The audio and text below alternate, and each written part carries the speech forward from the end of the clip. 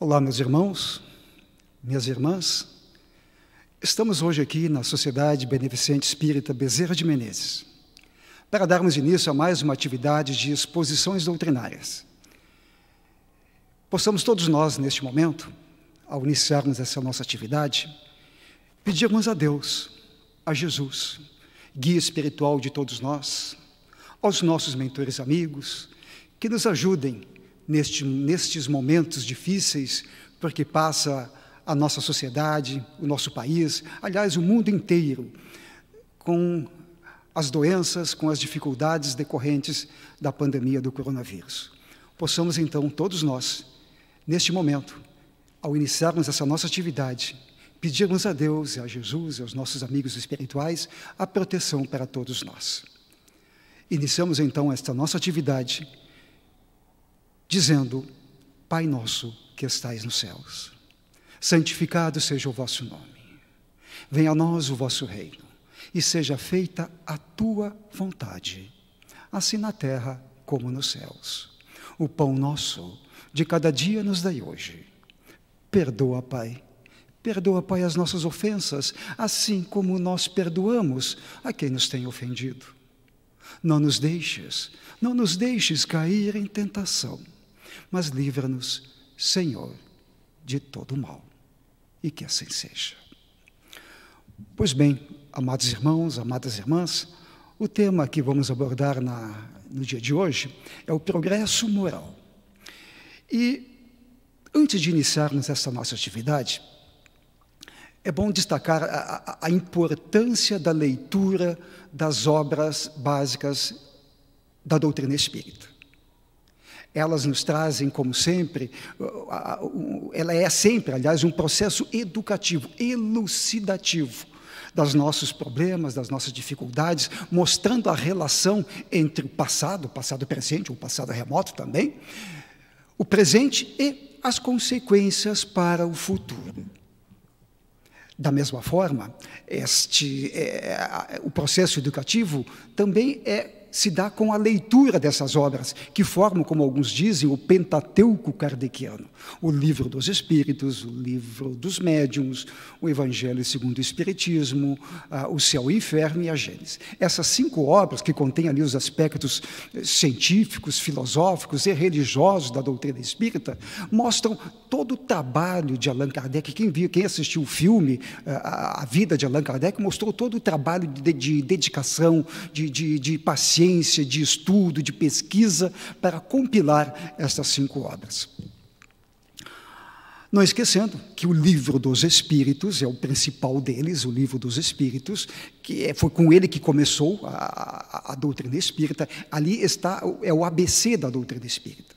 Quem quiser se dizer espírita tem que ler obrigatoriamente este livro, o Livro dos Espíritos.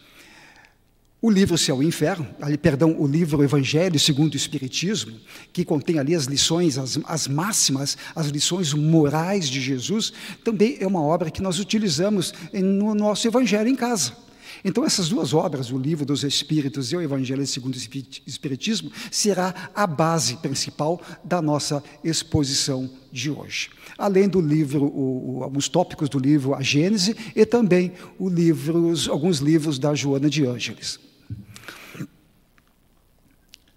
Pois bem, um dos grandes problemas da humanidade, entre eles estão a violência, as drogas, as discriminações religiosas, raciais, os preconceitos, enfim, todos esses problemas que, juntamente com os problemas morais, são as grandes dificuldades que o mundo hoje enfrenta para a sua evolução.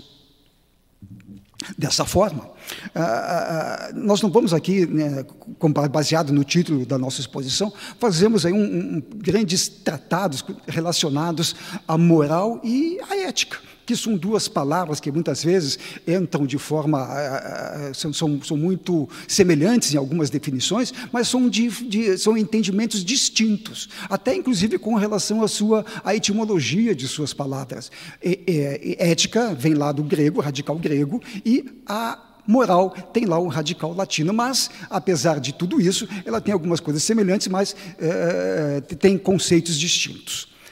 Ética está muito mais ligado ali à parte individual e a moral mais ligada à parte social, mais à parte coletiva e principalmente à parte cultural. Para não entrarmos, então, nesse espaço da filosofia, vamos nos ater, então, aos conceitos que estão ligados ao Livro dos Espíritos, à doutrina espírita, a parte filosófica e religiosa da doutrina espírita, que é a definição que está ali na questão 629 do Livro dos Espíritos. O Allan Kardec assim perguntou aos espíritos: que definição se pode dar de moral? Resposta dos espíritos: moral é a regra da boa conduta e, portanto, da distinção entre o bem e o mal. Diz mais: funda-se na observação da lei de Deus, lei de justiça, lei do amor. O homem se conduz bem quando faz tudo em vista para o bem e para o bem de todos, ou seja, para o bem coletivo, para o bem social, porque então ele observa a lei de Deus.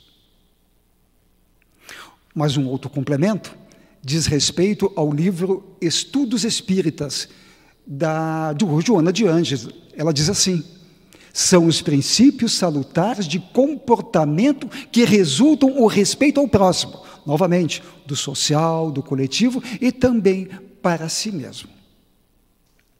Para constatarmos isso, amados irmãos, amadas irmãs,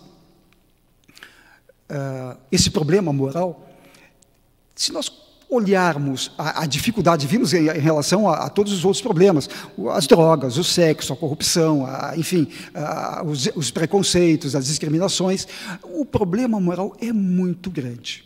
Basta observarmos, lermos diariamente jornais, revistas, ouvirmos o rádio, assistirmos à televisão, a internet, então, nem pensar. Está ali ao alcance dos nossos dedos, em poucas teclados ali, nós conseguimos ter acesso a uma avalanche de coisas bizarras, de aberrações, de problemas ligados à moralidade. É um problema muito sério, esse quesito aí das questões morais. E neste cenário, que há pouco descrevemos, vemos pessoas inteligentes, cultas, com muito conhecimento, mas perdidas nesta avalanche de coisas que nós observamos todos os dias. E muitas vezes essas pessoas inteligentes influenciam outras pessoas na forma de vestir, na forma de pensar, nos seus trejeitos, nas suas ideias, muitas vezes nada de acordo com a boa moral e com a boa conduta. Mas nos perguntamos, como isso pode ser? Será que a moral não acompanha o intelectual, a inteligência desses irmãos? Será que essas pessoas mais cultas, mais inteligentes, a moral também não está ali acompanhando junto? Vejam o que diz Allan Kardec a respeito deste assunto. Na questão 780 do Livro dos Espíritos, o progresso moral acompanha sempre o intelectual? Responde os espíritos: decorre deste, mas nem sempre o segue imediatamente. E um pouquinho antes, na questão 365, Allan Kardec já havia comentado isso. Olha a pergunta que Allan Kardec fez: por que é que alguns homens muito inteligentes, o que indica acharem-se encarnados neles espíritos superiores, são, ao mesmo tempo, profundamente viciosos? Resposta dos espíritos: é que não são ainda bastante puros os espíritos encarnados nestes homens, que, então, e é por isso, cedem à influência de outros espíritos mais imperfeitos. O espírito evolui em sensível marcha ascendente, mas a evolução deles não se efetua simultaneamente, em todos os sentidos. Durante um período da sua existência, ele se adianta em ciência, durante outro em moralidade. E um dos grandes problemas, amados irmãos e amadas irmãs, com relação às pessoas mais inteligentes, é a questão da humildade. Muitas vezes, esses irmãos que têm essa facilidade do entendimento, a rapidez do entendimento, né, não ajudam aqueles irmãos menos favorecidos pela inteligência. Ou até, muitas vezes, acontece, eles desprezarem aqueles irmãos mais que não têm tanta facilidade de entendimento e demoram um pouquinho mais para entender as coisas. É uma lição de humildade muito grande a que esses irmãos, pelo talento que Deus lhe deu, não tem para com esses irmãos menos favorecidos. Então, a lição de humildade para com esses irmãos mais inteligentes é essa. Na resposta que nós demos há pouco sobre o bem e o mal, no que diz respeito à definição de moralidade, também nos leva a pensar que a escolha entre o bem e o mal, principalmente desses irmãos mais inteligentes, eles têm talvez mais facilidade do entendimento entre o bem e o mal, é uma responsabilidade muito maior que eles têm para com a inteligência que Deus lhe deu.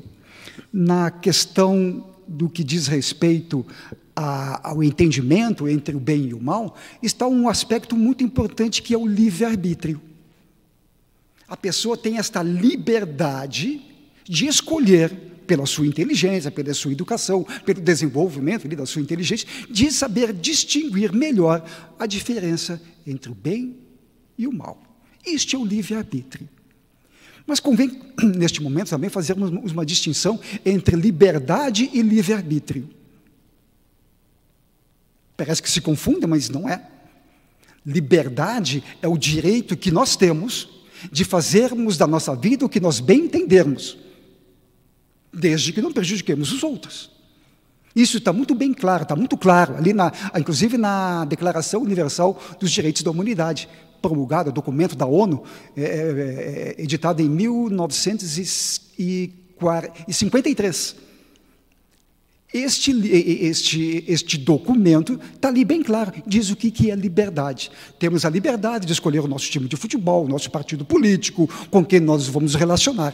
A Declaração Universal dos Direitos da Humanidade nos deu, está bem claro ali, a definição disso. Mas livre-arbítrio é outra coisa, é o bom ou o mau uso que nós fazemos dessa liberdade.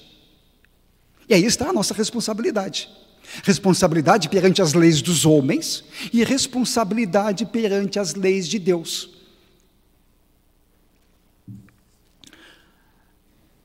E para nos modificarmos, amados irmãos, para nos transformarmos moralmente, que alguns chamam de reforma íntima, como é que nós fazemos isso?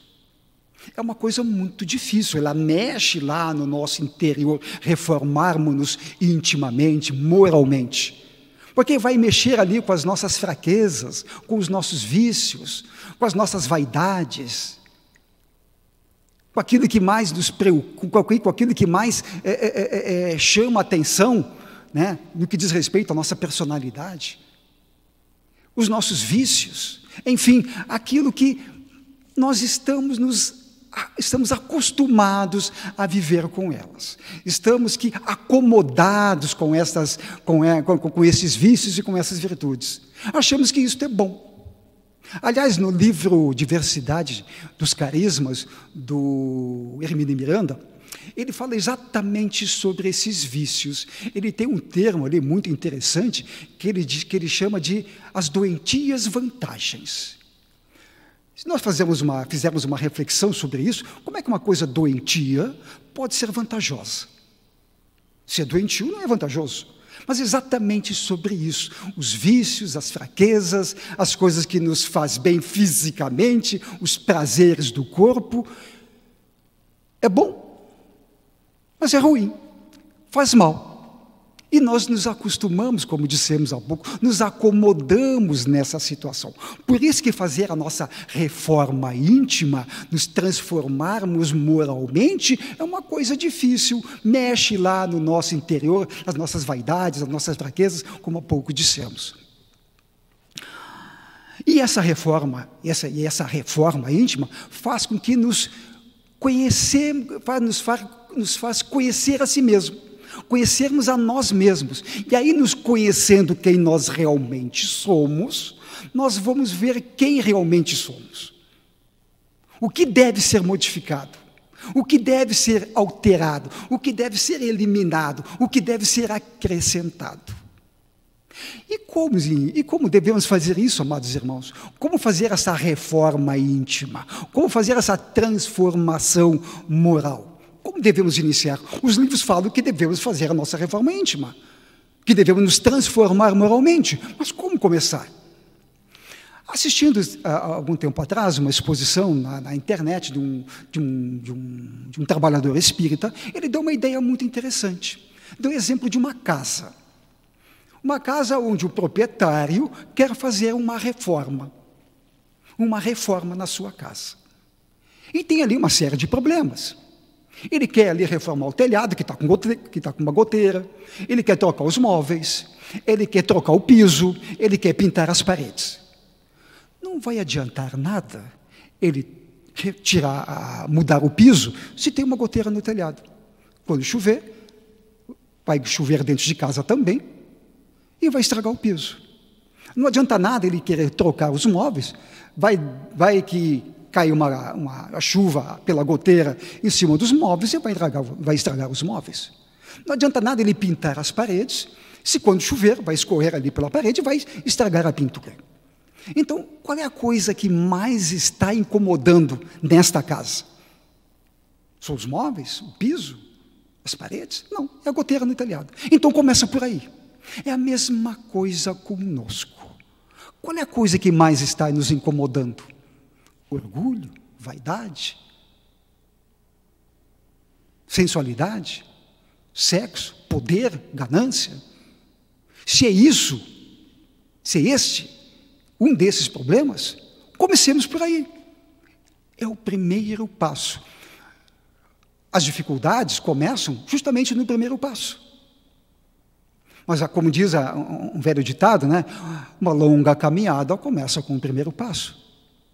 E muitas vezes mexer com o que nós comentamos há pouco, com as nossas vaidades, com as nossas fragilidades interiores, é muito difícil, porque muitas vezes, como dissemos também, estamos acostumados, estamos acomodados com aquela situação. A partir do momento que foi dado o primeiro passo, as coisas começam a ficar mais fáceis. E resolvido esse grande problema, muitas vezes os outros se resolvem com mais facilidade. É uma forma muito interessante de nós iniciarmos e começarmos esta renovação interior. Um meio prático, além deste que há pouco dissemos, de iniciarmos essa nossa reforma íntima, Allan Kardec menciona na questão 919, o item A, uma mensagem de Santo Agostinho. Santo Agostinho também nos ensina como fazer esta reforma íntima, como fazer essa transformação moral, como nos conhecermos, para sabermos o que deve ser mudado e corrigido. Diz assim Santo Agostinho, na questão 919 do Livro dos Espíritos: fazei o que eu fazia quando vivi na terra. Ao fim do dia, interrogava minha consciência, passava em revista o que havia feito e perguntava a mim mesmo o que faltara, se eu faltar algum dever. Se ninguém tiver motivo de queixar-se de mim. Foi assim que cheguei a me conhecer e ver o que em mim precisava de reforma. Santo Agostinho assim fazia todos os dias, para ver o que precisava de reforma. Assim sendo, amados irmãos, um dos grandes problemas que enfrentam, principalmente aqueles que diz respeito aos aspectos morais, que é um dos grandes problemas da humanidade. Como dissemos, estamos aí, revistas, jornais, televisão, rádio, internet, nós constatamos isso todos os dias. E um desses grandes problemas que levam as pessoas, muitas vezes, ao suicídio, que levam muitas vezes as pessoas a perderem suas famílias, que levam as pessoas, muitas vezes, a cometerem atos insanos, é justamente sobre esses aspectos morais, e que levam a um outro problema, ao aspecto espiritual, a aproximação de irmãos que se comprazem naquela psicosfera que esses irmãos criam em torno de si, pelo baixo padrão vibratório, pelas baixas virtudes morais que eles possuem. E esses irmãos, obsessores, que se comprazem com isso, que se sentem bem nesse tipo de atmosfera, se aproximam desses irmãos e obsidiam. É dessa forma que acontecem as coisas. Pois bem, amados irmãos, estes problemas, os aspectos morais, nos faz ter as seguintes reflexões. Porque esses problemas morais que levam aos problemas obsessivos, que muitas vezes começam ali com uma obsessão simples, levando ao estágio mais avançado da fascinação e no estágio bem mais avançado da subjugação moral e física. Vejam o que é o problema moral, que é o tema da nossa exposição de hoje. Na obsessão simples, muitas vezes, a própria pessoa percebe que tem alguma coisa de errado. Como? O que está acontecendo comigo? Vou ali na sociedade, tiro um tratamento, faço um tratamento, leio algum livro, tento me concentrar mais ali nas preces, no evangelho em casa. A própria pessoa percebe ali na obsessão simples. Mas se descuidar-se, poderá ser levado à obsessão por fascinação. Ou seja, todos os outros estão vendo que tem alguma coisa errada com o irmão ou com a irmã, e somente ele não está vendo, ele fica como que fascinado com aquilo que está acontecendo.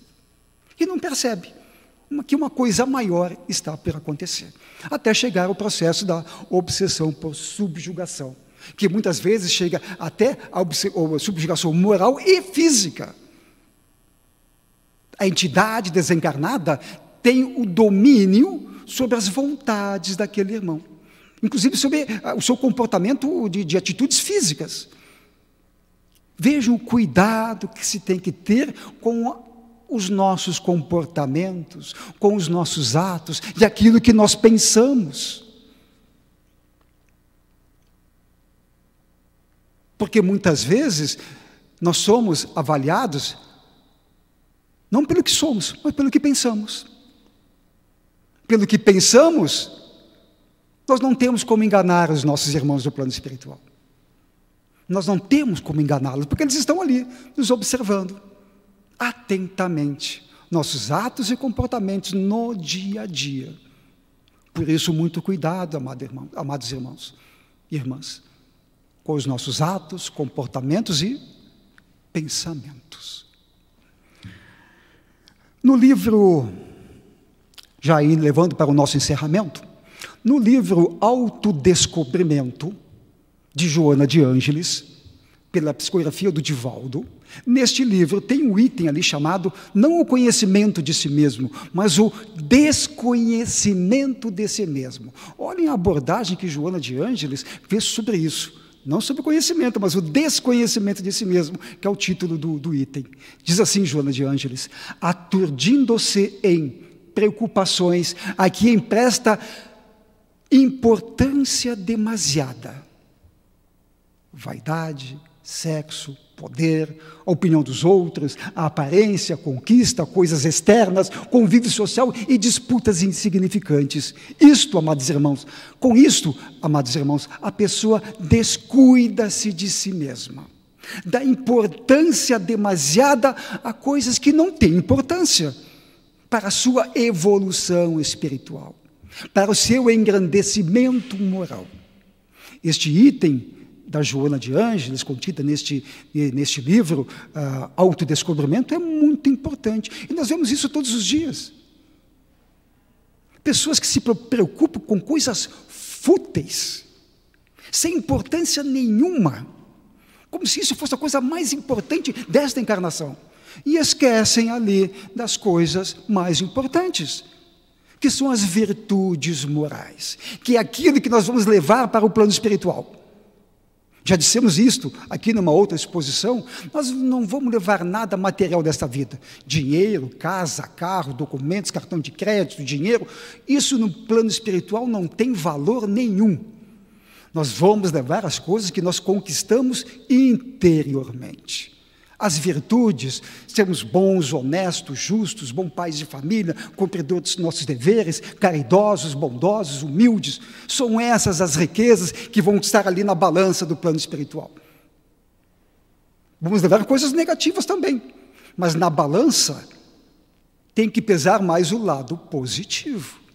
E é difícil? Claro que é difícil. Como dissemos há pouco, temos que vencer nesse autodescobrimento, nessa reforma íntima, temos que vencer as nossas fraquezas, os nossos vícios, transformando-nos moralmente e interiormente. Já para o nosso final, amados irmãos, 2 textos para fazermos uma reflexão a respeito disso. Está no Evangelho segundo o Espiritismo, capítulo 17. Sede perfeitos. Diz assim no item 4, reconhece-se o verdadeiro espírita pela sua transformação moral. E ele sempre é medido pelos esforços que ele faz para domar as suas más tendências. E ele vai sempre conseguir, quando tiver vontade firme. Então, o que se mede no plano espiritual, amados irmãos, não há necessidade, como está dito aqui, de atravessarmos ali o Oceano Atlântico a nado, escalarmos o Monte Everest, decorarmos toda uma biblioteca. Não. Diz que se transforma-se moralmente e se mede pelos esforços que se faz para domar as suas más tendências. E ele sempre vai conseguir quando tiver vontade firme. Um outro texto para reflexão diz assim, que está na questão 643 do Livro dos Espíritos. Finalizando então, dizemos, não há ninguém que não possa fazer o bem. Somente o egoísta nunca encontra oportunidade de o praticar. Basta que esteja em relação com outros homens para ter a ocasião de fazer o bem. A cada dia de existência, oferece essa possibilidade a quem não estiver cego pelo egoísmo. Fazer o bem não consiste somente em ser caridoso, mas em ser útil, na medida do possível, toda vez que o auxílio se fizer necessário. Questão 643 do Livro dos Espíritos. Finalizamos então a nossa exposição de hoje, amados irmãos. Como sempre, vamos agradecer a Deus, a Jesus, aos nossos espíritos amigos que estão aí, ao lado de cada um de nós. Como sempre, nos observando atentamente nossos atos e comportamentos, nos ajudando sempre, nos momentos difíceis, nas tomadas de decisões, nos momentos em que nós oramos e pedimos a Ele a proteção necessária. Muito obrigado a todos, encarnados e desencarnados, que nos ajudam nessa nossa evolução terrena, nessa caminhada terrena. E dizemos, finalizando este nosso encontro, Pai nosso que estais nos céus, santificado seja o vosso nome. Venha a nós o vosso reino, e seja feita a tua vontade, assim na terra como nos céus. O pão nosso de cada dia nos dai hoje. Perdoa, Pai, as nossas ofensas, assim como nós perdoamos a quem nos tem ofendido. Não nos deixes cair em tentação, mas livra-nos, Senhor, de todo o mal. E que assim seja.